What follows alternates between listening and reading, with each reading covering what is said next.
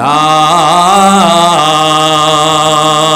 ইলাহা ইল্লাল্লাহ। ভিতর থেকে শিরক টান দিয়া মাথার উপরে লইয়া যান, পিছনে ফেলে দেন, কলবের মধ্যে আল্লাহ পাকের নূর ঢুকাইতে থাকেন। কয়টা কাম? তিনটা কাম। কয়টা কাম? তিনটা কাম। কয়টা কাম? তিনটা কাম। ভিতর থেকে যত নাপাক এগুলা বের করবেন। এই জন্য এই কালেমাকে বলা হয় কালেমায়ে তাইয়্যিবা। কোন না? কালেমায়ে তাইয়্যিবা। তাইয়্যিবা মানে কি? পবিত্রতার কালেমা।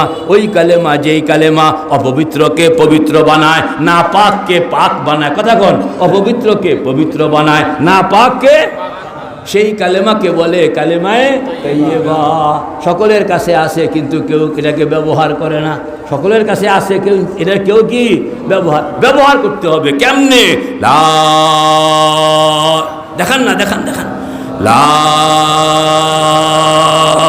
নিয়ত করেন আল্লাহ পায়ের তালু থেকে নিয়ে মাথার তালু পর্যন্ত যত শিরক এ সব কাচাইয়া, ছোট শিরক, বড় শিরক, মেজো শিরক, দেখা যায় শিরক, দেখা যায় না শিরক, তারপর যত রকমের শিরক আছে সকল শিরক কাচাইয়া একবারে মাথার উপরে নিয়া পিছনে ফেলে দেন, টান দেন, টান দেন, লা,